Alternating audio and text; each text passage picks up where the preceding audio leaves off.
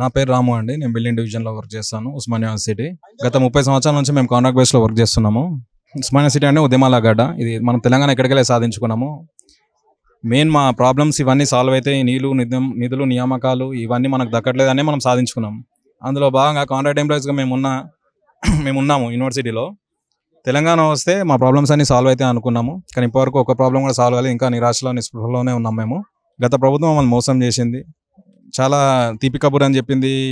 ఇదిగో తీపి కబుర్, అదిగో తీపి కబుర్ అని లాస్ట్ మూమెంట్ వరకు మాకు ఆశ పెట్టి మోసం చేసినట్టు జరిగింది. 10 ఏళ్ల పాలన మాకు అన్యాయం జరిగిందనే ఫీల్ అవుతున్నాం. మా గత వీసీ గారు కూడా మాకు 370 పోస్టులు గవర్నమెంట్ నుంచి ఫిల్అప్ చేసి ఆల్రెడీ మేము ఇక్కడ పనిచేస్తున్నాం, 30 ఏళ్ళ నుంచి ఉన్నాము. మాకు సరైన న్యాయం చేయకుండా, మాకు సరైన దారి చూపించకుండా ఒక 370 మెంబర్స్ని గవర్నమెంట్ నుంచి తీసుకొచ్చారు. మేము వాళ్ళు తెచ్చినందుకు ప్రాబ్లం లేదు, కానీ మాకు సరైన న్యాయం చేసినాక తీసుకొస్తే బాగుండనేది మా ఒపీనియన్. ఇప్పుడు మళ్ళీ ఇంకో కొన్ని పోస్టులు ఫిల్అప్ చేస్తా అన్నారు. ఇప్పటికైనా సరే మేము ఆల్రెడీ నష్టపోయినాం, ఇంకా నష్టపోకుండా చూసే బాధ్యత మీ పైన ఉంది సార్.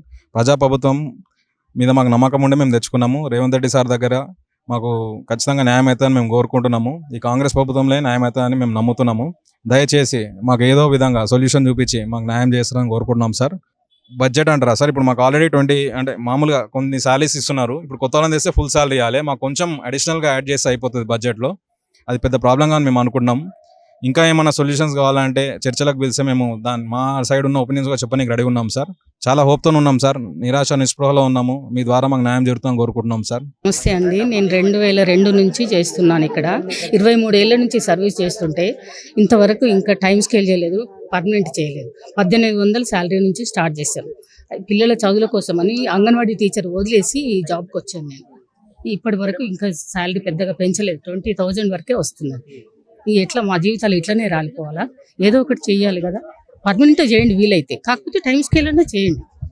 ఏదో ఒకటి ఇప్పుడు కంపల్సరీ చేయాల్సిందే సార్. నాకు 1 ఇయరే సర్వీస్ ఉందా, కనీసం ఆ 1 ఇయర్ అయినా నేను హ్యాపీగా ఉండిపోవద్దా? ఇన్నేళ్ల నుంచి ఇలానే కష్టపడుతున్నాం కదా, చేయిస్తే మంచిగా ఉంటుంది, సంతోషం. క్యాబింజరు కమాటినానా నేను చేసేది, ఇప్పుడు కమాటి చేస్తానా. ఇన్ని రోజులు క్యాబింజర్ చేసిన 35 సంవత్సరాలు నేను చేయబట్టి, 35 సంవత్సరాల నుంచి నాకు 4 పిల్లలు, భర్త లేడు, 5,000 ఇల్లు కిరాయి, 5,000 14,000 వెళ్ళి 2,000 పిఎఫ్ కట్ అవుతాయి, 12,000 వస్తాయి. 12,000 వెళ్ళిన బస్సు కిరాయి ఏంది, నా పిల్లలకి ఏంది, నా ఇల్లు కిరాయి ఏంది, నేను ఎట్లా బతకాలి? 4 పిల్లలు నేను గవర్నమెంట్ స్కూల్ వేసుకొని చదివించుకుంటానా?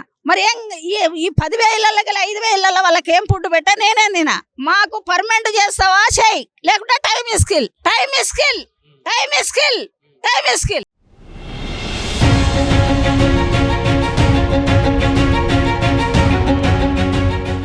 బడ్జెట్ సమస్య కాదు, ఎందుకంటే 390 మెంబర్స్ వచ్చారు. ఇప్పుడు వాళ్ళకు పిలిచి వాళ్ళకి చేసుకోండి మీరు గవర్నమెంట్, కానీ ఇప్పుడు ఉన్న వాళ్ళకి ఇచ్చినాక ఇక్కడ మేము 30 ఏళ్ళ నుంచి కూడా చేసేవాళ్ళు ఉన్నారు. వాళ్ళకి మీరు కనీసం సీనియారిటీ వైజ్ వాళ్ళకి ముందు చేసి మళ్ళీ విడతల వారీగా ఇంకా నెక్స్ట్ ఒక 1 ఇయర్కి మిగతా ఒక 200-300 మంది చేసుకుంటూ వెళ్ళొచ్చు కదా. ఇప్పుడు బయట నుంచి తీసుకొచ్చి మాకు అలానే ఉంచి మళ్ళీ మాకు సెక్యూరిటీ కూడా లేదు. అట్లీస్ట్ మేము టైం స్కేల్ కూడా అడుగుతున్నాం, మాకు రెగ్యులర్ కూడా అడగడం లేదు. టైం స్కేల్ చేసినాక లేకుండా వాళ్ళ ప్లేస్లో మాకు చేసినాక తర్వాత పోస్టులు ఉన్న ఖాళీ పోస్టులు మీరు గవర్నమెంట్ నుంచి తెప్పించుకోవచ్చు కదా. బడ్జెట్ అయితే మేము అనుకోవడం లేదు సమస్య వాళ్ళకని. వాళ్ళు మాకు చేయలేకపోవడం వాళ్ళు కంప్లీట్లీ వాళ్ళు మా మీద దృష్టి లేదు కాబట్టి ఇది బడ్జెట్ సమస్య కాదు సార్. నా పేరు Mohammed Alimuddin, I'm working as a computer operator in building division. చాలా బాధల్లో ఉన్నారు. हमारे पेट पे लात मारे जैसा कर दिया ना हुकूमत. जब टीआरएस हुकूमत जब से था, जब हमको परमानेंट करता बोला, कुछ नहीं करा केसीआर का हुकूमत. हम लोग पूरा भरोसा कर ये रेवंत रेड्डी अन्ना कांग्रेस पार्टी को जिता के लेके हमारा फुल फ्लेज सपोर्ट था. हमको उस्मानिया यूनिवर्सिटी से फुल सपोर्ट करे कांग्रेस. ये हुकूमत तो कुछ ना कुछ करेंगे बोल के हमको इंशाल्लाह आगे बहुत उम्मीद है. మాకు రేవంత్ అన్న మాకు దృష్టిలో పెట్టుకొని మాకు మంచిగా చూస్తే బాగుంటుందని మేము కోరుకుంటున్నాం. టైం స్కేల్ అయినా చేయాలా, మాకు ఏదైనా టైం స్కేల్ చేస్తేనే కూడా బాగుంటుంది. కానీ ఇప్పుడు మనం ఫీజు కట్టాలంటే ఏదైనా హాస్పిటల్స్ చాలా एक्सपेंडिचर రోజుకి మాకు हम लोग को रोज को परेशानी हो रही. क्यों बोले तो हमारे को स्कूल के फीसेस बनना, हॉस्पिटल्स का खर्चा देखना, फिर रेंट बनना, बहुत सर्वाइव करना पड़ रहा है ऐसा हम लोग को. प्लीज हम हुकूमत से गुजारिश करते हैं कि एक नज़र हमारे उस्मानिया यूनिवर्सिटी पर डालकर हमारे को कुछ ना कुछ अच्छा बेनिफिट दीजिए, या तो हमारा स्केल बढ़ाइए या तो हमको टाइम स्केल करिए। సార్ నమస్కారం, మా పేరు సుషుప్న. నేను జూనియర్ అసిస్టెంట్గా ఉస్మానియా యూనివర్సిటీలో గత 13 సంవత్సరాలుగా పనిచేస్తున్నాను. మాకు కాంట్రాక్ట్ ఎంప్లాయీలుగా పనిచేస్తున్నాను. దీనికి చాలని జీతాలతోటి ఎన్ని రోజులని పని చేయగలుగుతాం. అది మినిమం కాంట్రాక్ట్ వాళ్ళనందరినీ మినిమం టైం స్కేల్ చేయాలని మా కోరిక. ఇప్పుడు మేము నోటిఫికేషన్లు ఏమని ఇచ్చినా కూడా మేము గవర్నమెంట్ నుంచి మేము రాసే శక్తి మాకు లేదు.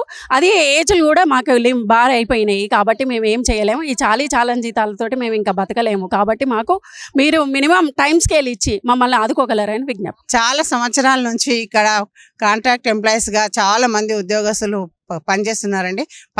దాదాపు 1100 మంది ఉద్యోగస్తులు ఉన్నారు.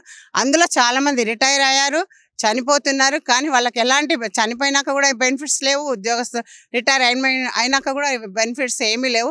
దయచేసి ఇంతకుముందు ఉన్న వాళ్ళు ఏం చేయలేకపోయినా ఇప్పుడున్న వాళ్ళన్నా ఈ కాంట్రాక్ట్ ఎంప్లాయీస్ని కొంచెం దృష్టిలో పెట్టుకొని వాళ్ళకి కావాల్సిన ఏర్పాట్లు ఏటో చేసి టైం స్కేల్ అడుగుతున్నారు కనుక కనీసం టైం స్కేల్ ఇచ్చి వాళ్ళని ఆదుకోవాలని మనస్ఫూర్తిగా వీసీ సార్ని రిజిస్ట్రార్ని కోరుకుంటున్నానండి. అదే విధంగా చాలా మంది ఎంప్లాయీస్ కూడా రిటైర్మెంట్ దగ్గరలో ఉన్నారు. వాళ్ళకు కూడా ఏమైనా రిటైర్మెంట్ బెనిఫిట్స్ ఇస్తారేమో అని అనుకుంటున్నానండి.